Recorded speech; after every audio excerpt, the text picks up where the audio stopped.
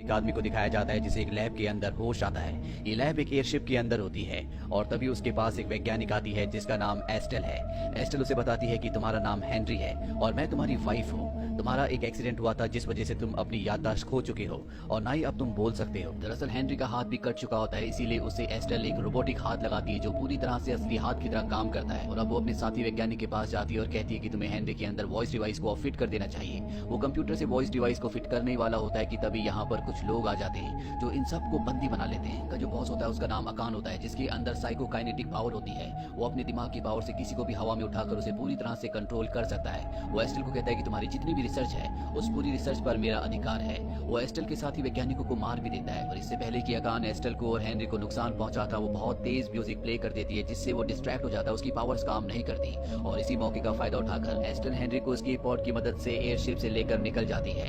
अब इनका जो स्केप पॉड होता है वो पैराशूट की मदद से बहुत तेजी से मॉस्को शहर की तरफ बढ़ते हैं क्योंकि इनका जो पॉड होता है वो एक आदमी के लिए था और ये दो है, यानी कि वो ओवरलोडेड है। इसीलिए इनका पॉड मॉस्को शहर में क्रैश हो जाता है जिससे एस्टेल बेहोश हो जाती है। और अब यहाँ पर अकान के लोग आ जाते हैं जो इन्हें घेर लेते हैं। एस्टेल हेनरी से कहती है कि तुम्हें मेरी मदद करनी होगी, लेकिन हेनरी को कुछ नहीं पता कि उसे क्या करना चाहिए। इसीलिए अकान के लोग उसे उठाकर ऊपर से नीचे फेंक देते हैं। हेनरी को एहसास होता है कि उसकी जान को खतरा है, इसीलिए वो अपनी जान बचाने के लिए एक जगह छुप जाता है। और तभी अकान का एक आदमी गन लेकर वहां पर पहुंच जाता है और हेनरी उस पर अटैक करके उसे मार देता है और इसके बाद उसकी गन लेकर बाहर आ जाता है ताकि वो अकान के और भी लोगों को मार सके।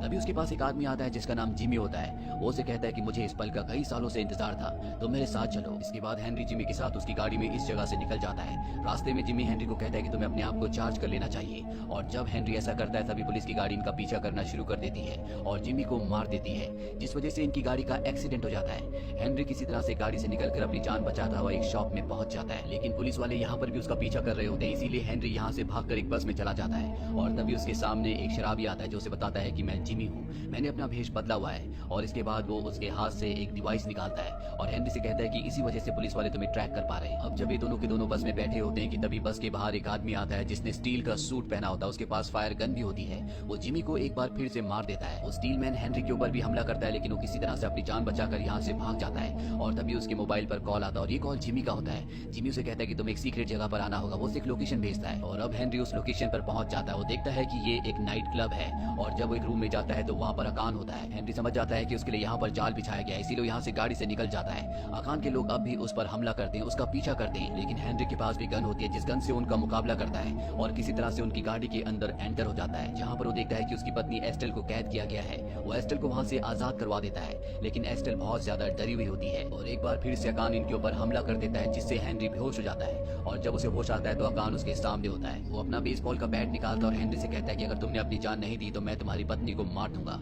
हेनरी कहता है कि तुम मेरी जान ले सकते हो और इसके बाद अकान उस पर हमला करता है और उसे गाड़ी से नीचे फेंक देता है। लेकिन बाहर उसका दोस्त, उसका साथी जिमी होता है जो एक बार फिर से जिंदा हो चुका है। वो उसकी जान बचा लेता है, लेकिन इससे पहले कि सब के सब यहाँ से निकलते अकान के लोग एक बार फिर से इनके ऊपर हमला कर देते हैं जिसमें जिमी की जान चली जाती है।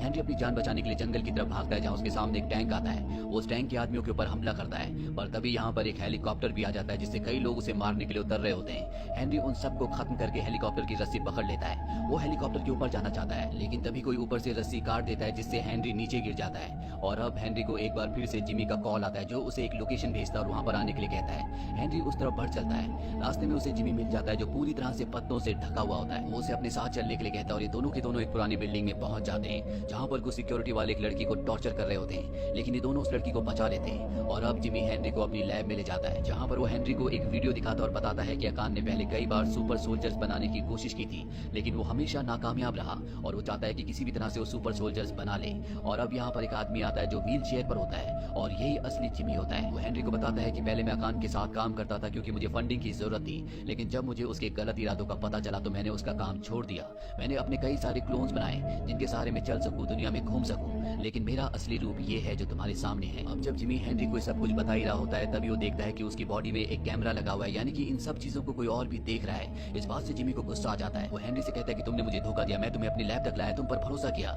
लेकिन तुमने मेरे साथ दगाबाजी की। और वो उसे शट डाउन करने की कोशिश करता है, लेकिन हेनरी उसके सभी क्लोन्स पर हमला करके उन्हें मारना शुरू कर देता है। दरअसल हेनरी की बॉडी में जो कैमरा होता है उसका एक्सेस अकान के पास होता है, उसने सब कुछ देख लिया है। यहाँ पर अब अकान अपने साथियों के साथ पहुंचने वाला होता है। जिमी सीसीटीवी कैमरे से देख लेता है कि अकान अपने साथियों के साथ यहाँ पर आ रहा है, इसीलिए हेनरी से कहता है कि तुम मुझे मार दो, लेकिन हेनरी उसे विश्वास दिलाता और कहता है कि हम उनका मुकाबला कर सकते हैं। और अब ये अकान और उसके साथियों का मुकाबला करना शुरू कर देते हैं, लेकिन उनकी उनकी तादाद बहुत ज्यादा होती है, इसीलिए वो पूरी बिल्डिंग को घेर लेते हैं। पर इससे पहले कि हेनरी और जिमी को पकड़ा जाता है, बिल्डिंग को ब्लास्ट करके गाड़ी से यहाँ से निकल जाते हैं और अभी दोनों पहुंच जाते हैं उस जगह जो कि अकान का हेडक्वार्टर है। ये दोनों के दोनों अंदर जाते हैं जहाँ पर इनका सामना एक बार फिर से स्टील मैन से होता है जिसके पास फायर गन होती है। वो इनके ऊपर हमला करता है। इस बार हेनरी भागता नहीं है बल्कि उसका मुकाबला करता है और उसे मार देता है। जिमी बहुत ज्यादा जख्मी होता है, इसीलिए उसकी मृत्यु हो जाती है। और अब हेनरी अकान के पूरे साम्राज्य को खत्म करना चाहता है, इसीलिए वो अंदर एक कमरे में जाता है जहाँ पर बहुत सारे सोल्जर्स होते हैं जो हेनरी के ऊपर हमला करते हैं। लेकिन हेनरी सबको खत्म करके अंदर एक कमरे में पहुंच जाता है जहाँ पर एक बहुत बड़ी स्क्रीन होती है जिसमें अकान का वीडियो चल रहा होता है। और यहाँ पर इस वीडियो से उसे ये पता चलता है कि एस्टेल उसकी पत्नी नहीं है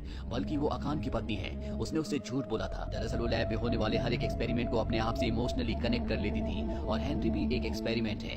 हेनरी को पता चल जाता है कि यहाँ पर अकान भी है। वो अकान के ऊपर हमला करता है लेकिन एक आदमी उसे रोक लेता है जो कि अकान के साथ काम करता है। हेनरी उसे खत्म करके अब अकान की तरफ बढ़ता है, लेकिन अकान के पास साइकोकाइनेटिक पावर है जिससे वो किसी के भी दिमाग को, किसी की भी बॉडी को कंट्रोल कर सकता है और वो हेनरी की बॉडी को कंट्रोल करके उसे बेहोश कर देता है। जब हेनरी को होश आता है तो देखता है कि एस्टेल और अकान एक दूसरे के साथ है।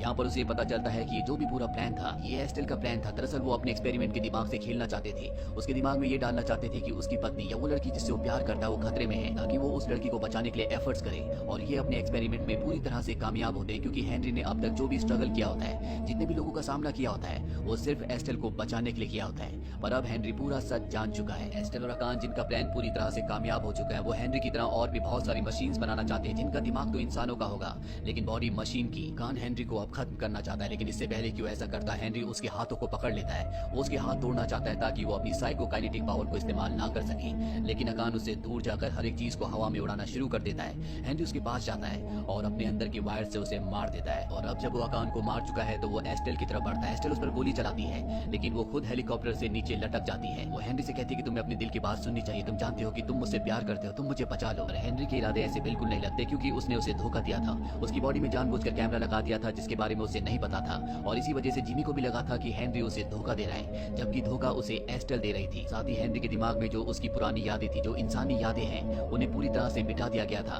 पर जिमी ने मरने से पहले उसके मेमोरी ब्लॉकर को हटा दिया था, इसीलिए अब उसे अपनी पुरानी जिंदगी भी याद है। अब उसे पता है कि वो कौन है, उसके पिता कौन थे, इसीलिए वो एस्टेल को ऊपर नहीं खींचता और दरवाजा बंद कर देता है जिससे एस्टेल की